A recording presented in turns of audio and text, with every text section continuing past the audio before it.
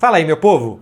Falar do Cruzeiro na Libertadores da América, uma grande notícia para esse ano de 2025 do torcedor do Cruzeiro. 2025 que não terminou, porque ainda tem a Copa do Brasil, e que o time segue jogando muito bem para disputar essas finais da Copa do Brasil. O primeiro adversário, exatamente o Corinthians, que foi amassado no Mineirão. Assim, ficou barato para o Corinthians, o 4-0 não é validado, não sei exatamente porquê, uma mão ali do Sinisterra no rosto do Mateuzinho não me parece o suficiente, mas poderia ter sido muito mais, porque acho que foi o grande jogo do Cruzeiro do Leonardo Jardim. E olha que o time jogou bem contra Palmeiras, Flamengo, e depois desse jogo contra o Corinthians é uma das grandes atuações desse Cruzeiro. Volta a Libertadores, eu acho que é motivo para comemoração para o torcedor. Cruzeiro foi o segundo brasileiro a ganhar a Libertadores, né? O Santos tinha ganhado nos anos 60, o Cruzeiro ganha em 1976 aquela final contra o River Plate. Depois, nos anos 90, o Cruzeiro se torna um dos bicampeões. O Grêmio já tinha sido bicampeão, o São Paulo tinha sido bicampeão, o Cruzeiro se torna bicampeão em 97. Aí depois disso chega a final de 2009 contra o Estudiantes, não vence em casa e desde 2019 não jogava a Libertadores. É muito bom que o Cruzeiro dispute de novo a Libertadores. Esse time do Cruzeiro eu acho que pode voltar a ser protagonista dependendo de para onde o vento bater, sinceramente. Depois eu falo um pouco mais de planejamento. Mas é um grande campeonato brasileiro que o Cruzeiro faz e um grande jogo que fez contra o Corinthians. O Cruzeiro não é um time de muita posse de bola, o Cruzeiro não é um time de muito controle com a bola, é um time que se sente confortável sem ela, mas que entrou contra o Corinthians com uma postura muito agressiva. Não sei se pelo que aconteceu em Caxias do Sul, né, que em 20 minutos o Cruzeiro tomou 2-0 do Juventude, mas o time entrou muito mais ligado, entrou com muito gás mesmo contra o Corinthians e eu acho que lendo muito bem o jogo. E acho que o Corinthians leu muito mal também. O Corinthians montou uma linha de 5 com 3 jogadores no meio, com o Ranielli, o Bidon e o Garro. E o que o Cruzeiro fazia era abrir muito o campo, porque o Corinthians tinha ainda 2 jogadores por dentro, então tinha 3 meio-campistas e 2 atacantes por dentro. O Cruzeiro abria o campo. Quando o Corinthians tentava deslocar seus jogadores para fazer o combate, o Cruzeiro girava muito bem a bola para o outro lado e sempre achava espaços. Um ótimo jogo do Matheus Pereira, como sempre. As achadas de bola dele para o Arroio no primeiro tempo são excelentes. O lance do gol do Cruzeiro, do primeiro gol, como ele tem o timing, né, para segurar a bola e para ir escondendo ela do seu marcador, para depois fazer o passe para o Christian também. E um ótimo jogo do Lucas Silva, mais um desses grandes jogos do Lucas Silva. É incrível que quando o Lucas Silva não tá, se percebe a falta que ele faz, né? No jogo outro dia contra o Fluminense, se percebe a falta que faz o Lucas Silva. Quantas vezes ele recupera a bola, quantas vezes ele está perto para fazer uma jogada acontecer, às vezes é um toque de lado que ele dá, mas o movimento que ele faz para achar o espaço, para estar ali e descomplicar uma jogada, torna ele um jogador muito, muito, muito importante nessa temporada com Leonardo Jardim. Caio Jorge, mais uma vez, quase que um seguro de vida, né? Caio Jorge teve uma má fase entre agosto e outubro, mas de novo vai de 2 em 2, é ótimo para o Cruzeiro, que o Caio Jorge volte a fazer gols, que ele volte a jogar bem, que ele volte a estar confiante nesse momento decisivo, porque daqui a 2 semanas tem a Copa do Brasil. E eu acho que a entrada do Arroio no lugar do Wanderson, poderia ser o Sinisterra também, o Arroio está melhor, dá ao Cruzeiro um pouco mais de chegada à frente, né? O Wanderson não tem nenhum gol na temporada, tem quase 40 jogos, um atacante que não fez nenhum gol. O Arroio em 10 jogos já marcou 2, o Sinisterra em 10 jogos marcou 2 gols também. Dá uma possibilidade de atacar com mais gente. O Cruzeiro ataca muito bem com o Matheus e com o Caio Jorge, mas ataca com mais gente também com a chegada do Arroio. Faz um golaço, né? O terceiro gol do Cruzeiro, como o Caio Jorge tem a humildade, porque atacante muitas vezes quer dar uma primeira pressão ali e pronto, ele tem a humildade de voltar para marcar, a vontade de voltar para marcar, rouba uma bola, é excelente a arrancada do Caio Jorge também, para atrair os jogadores do Corinthians para a faixa central, para o Arroio fazer um movimento e aparecer para dar um chutaço, para fazer 3-0, repito, para mim foi o grande jogo do Cruzeiro, com o Leonardo Jardim.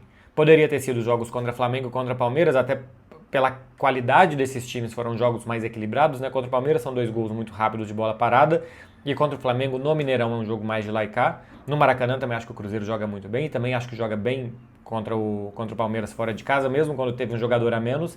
Dessa vez são 90 minutos excelentes do Cruzeiro, 17 finalizações contra 4 do Corinthians, nenhuma do Corinthians no alvo, praticamente todas quando o jogo já estava resolvido. 9 escanteios para o Cruzeiro, 3 para o Corinthians, gols esperados 1.9 do Cruzeiro, 0.28 do Corinthians, assim, foi um amasso do Cruzeiro. Dorival fez 3 substituições no intervalo, porque ele não conseguia entender por onde que o jogo estava passando, ou não conseguia corrigir por onde o jogo estava passando. Logo depois das 3 substituições, o Cruzeiro já faz mais um gol, o Corinthians continua completamente perdido. Enfim, o Cruzeiro pegou um adversário hoje de meio de tabela, que é o Corinthians, e fez com que esse adversário, apesar do seu nome, da sua tradição, parecesse um time irrelevante pela facilidade que teve de jogar. De todos os lados, né? O Cruzeiro armou bem pela faixa central, o Cruzeiro chegou com perigo com o Arroio pelo lado esquerdo, o Cruzeiro faz o primeiro gol com uma chegada do Christian pelo lado direito, que o Arroio finaliza e o Caio Jorge pega o rebote. O segundo gol é jogada de bola longa, um excelente passe do Fabrício Bruno para o Kaique e ele acha o Arroio, de novo uma jogada construída, muito rápida.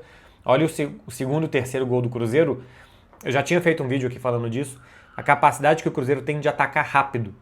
É uma faltinha no campo de defesa, o Fabrício Bruno faz o lançamento, Kaique, Arroio, meio da área, Caio Jorge, gol. O terceiro gol, Caio Jorge rouba a bola, o William completa o passe para ele, Caio Jorge arranca, Arroio, gol. Então, assim, é uma capacidade de atacar muito rápido quando o adversário não está muito atento e não está bem posicionado, que faz com que seja um time muito forte. Além disso, se sente confortável se defendendo com a bola, tem repertório para quando está atacando também pressionar o adversário no seu campo de defesa. Faltou alguma coisa esse ano que é normal faltar, porque acho que é tanto um clube como um time em reconstrução, isso de atacar os adversários mais fechados, de abrir as defesas mais fechadas, né? Empate com o Sport, derrota para o Ceará, derrota para o Santos em casa. O empate com o Juventude acho que é um pouco diferente, porque aí a defesa não funcionou, foi um jogo mais de lá e cá que não deveria ser. Mas olha quantos pontos o Cruzeiro perdeu para os times da zona de rebaixamento. Foi muito melhor nos jogos grandes do que nos jogos considerados pequenos, que valem os mesmos pontos, no Campeonato Brasileiro. Eu acho que seria um exagero brigar pelo título, seria muito surpreendente se brigasse pelo título, mas a consistência durante todo o campeonato é ótima. Já se garante na Libertadores, pode ganhar seu torneio preferido, que é a Copa do Brasil, né? O único ex-campeão da Copa do Brasil pode aumentar ainda mais a sua hegemonia na principal Copa Nacional. Neste momento é favorito para a Copa do Brasil, para a eliminatória contra o Corinthians é favorito e vive melhor momento do que o Fluminense e evidentemente do que o Vasco, que vem de 5 derrotas consecutivas, mas é Copa, é mata-mata, em 2 semanas ainda alguma coisa pode mudar e ainda assim, né, um dia bom, um dia ruim, pode mudar completamente o rumo de um campeonato, coisa que num pontos corridos em 38 rodadas acontece muito menos.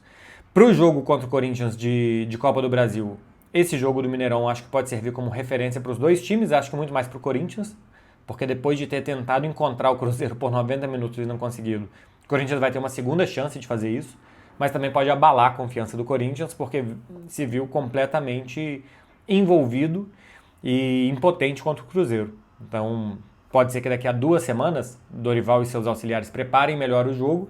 O Cruzeiro joga isso daí, o que é muito bom sempre. Então, pode ser que o Corinthians consiga algum outro antídoto. Ou pode ser também que seja um choque de confiança muito grande para o time do Corinthians. Pensando em médio e longo prazo, o que dá para o Cruzeiro e para o cruzeirense aspirar? Eu acho que sempre vai ser muito difícil, nessa era moderna do futebol brasileiro, ganhar qualquer coisa que Palmeiras e Flamengo estejam pela força desses dois times. Então, se você for muito bem, não te garante que você vai estar nadando numa piscina sozinho. Por exemplo, em 2013 e 2014, que o Cruzeiro foi muito bem, ele praticamente não teve competidor. A partir de agora, sempre que você for muito bem, você vai ter competidor. Ou um desses dois, Flamengo e Palmeiras, ou os dois. Então vai tornar tudo muito mais difícil. E esses times mobilizados em mata-mata também sempre vão ser muito perigosos, porque são dois times acostumados a chegar nos últimos anos, com fortes times e elencos. O elenco do Flamengo até acho mais forte que o do Palmeiras, mas com fortes times e elencos. Então tudo vai ser muito difícil. Para o Cruzeiro chegar, ele vai ter que martelar sempre. Esse ano tem a Copa do Brasil que está aí, que eu acho que é um título possível, mas para chegar em Campeonato Brasileiro, em Libertadores e em Copa do Brasil, vai ter que estar sempre martelando e isso, ter um melhor dia, ter um melhor momento durante aqueles confrontos e tal, porque tem dois competidores que são feitos de aço e que torna tudo muito difícil. Eu tenho alguma dúvida e curiosidade de saber como que vai ser o Cruzeiro do futuro, pensando em se vai ter Leonardo Jardim ou não. Porque esse time que deu certo não dá certo por um super planejamento, não dá certo porque o trabalho foi muito bem feito, dá certo porque o Leonardo Jardim pegou o time pelo chifre, uma expressão meio espanhola, né? Agarrar-se por los cornos, mas o Leonardo Jardim pega a coisa e faz ele mesmo. Tirar o Dudu do time, tirar o Gabigol do time, não insistir no Wallace, recuperar Lucas Silva, apostar em Caio Jorge, apostar numa formação com Wanderson e Christian, enfim, recuperar Vidalba, apostar no Kaique e não no Marlon. Assim, é um time feito pelo Leonardo Jardim. Então, se o Leonardo Jardim sair, para onde que vai o Cruzeiro? O Cruzeiro não é um clube, sabe, um clube consolidado. É porque esse ano chegou um técnico que fez um trabalho muito autoral, que montou o time do jeito que ele gosta de jogar, esse 4-4-2 que ele gosta de jogar, protegeu muitos lados do campo e colocou muitos jogadores trabalhadores no meio, com dois caras de muito talento na frente. Se o Leonardo Jardim sair, eu não sei se o Cruzeiro começa do zero, mas eu imagino que ele dê passos atrás, né? Porque o clube não está consolidado, não sei se o clube entende muito bem tudo que está sendo feito, porque tem um técnico que entende sim, mas esse é o time do Leonardo Jardim, não do Alexandre Matos, que era então o cara que mandava e desmandava no futebol do Cruzeiro, e olha para onde que o time estava indo quando o Alexandre Matos era o responsável pelo time. Bom, tá no Santos também, e olha para onde que o Santos está indo. Alguma coincidência, alguma coisa deve ter mais do que coincidência nos trabalhos do Alexandre Matos para os times irem tão mal e fazerem tantas contratações. Mas enfim, é preciso ainda de tempo e de reconstrução e de estar sempre ali, independentemente do técnico, para que as coisas funcionem muito bem. Se daqui a pouco chegar um outro técnico, se ele vai conseguir manter competitividade, o que ele vai fazer para jogar, se ele vai colocar as estrelas ou não, se ele vai conseguir convencer os caras da sua ideia ou não, sempre acho que vai depender do técnico, porque a estrutura de clube do Cruzeiro ainda é muito recente, de clube que vai voltar a brigar, que vai voltar a competir. Uma coisa que eu acho positiva em relação a outras SAFs, por exemplo, é que o Pedro Lourenço coloca dinheiro. Eu sou contra, e vocês sabem bastante disso, porque eu já falei, eu sou contra que um clube gaste mais dinheiro do que ele ganha, mas o Cruzeiro faz isso, o Bahia faz isso, o Botafogo faz isso, o Atlético faz isso. Bom, e os clubes que não são SAF também, o Corinthians gasta muito e está todo endividado e continua gastando, e o São Paulo e outros vão pelo mesmo caminho, mas eu sou contra que tenha um dono e que esse dono tenha a capacidade de fazer uma contratação de um Gabigol que custa o que custa, sem o clube construir, entre aspas, aquele dinheiro. Eu acho que deveria existir já há muito tempo no Brasil o fair play financeiro, mas como não existe, os clubes continuam fazendo isso. Algo que eu acho positivo do Cruzeiro em comparação ao Botafogo, por exemplo, e até o Bahia, enfim, é que o dono do Cruzeiro é cruzeirense, é de BH, pelo menos supermercado com esse nome, mas é cruzeirense, é muito abnegado ao clube, quer muito bem do clube, acima de tudo. Então acho que é pouco provável que o modelo dele seja de contratar e vender jogadores. Acho que a ideia é, inclusive, segurar jogadores, né? Como ele segurou o Matheus Pereira, como ele segurou o Caio Jorge, para o bem do Cruzeiro. Se fosse o Botafogo, por exemplo, teria vendido o Caio Jorge, teria vendido o Matheus Pereira, teria trazido outros jogadores, porque esse é o modelo do Botafogo. Foi um modelo que em um ano específico deu certo, mas que o normal é essas mudanças prejudicarem muito o andamento do clube. Como tem o Pedrinho muito cruzeirense, acho que a tendência é ele querer fortalecer mais o Cruzeiro. De uma forma que eu não acho correta, repito, acho que deveria, ganha 200, pode gastar 200 e não ganha 200 e pode investir 500. Eu acho que isso não poderia acontecer, mas acontece. E o bom para o cruzeirense é que ele tem um cara um dono que acho que quer ajudar muito o clube, quer voltar a ver o clube muito forte.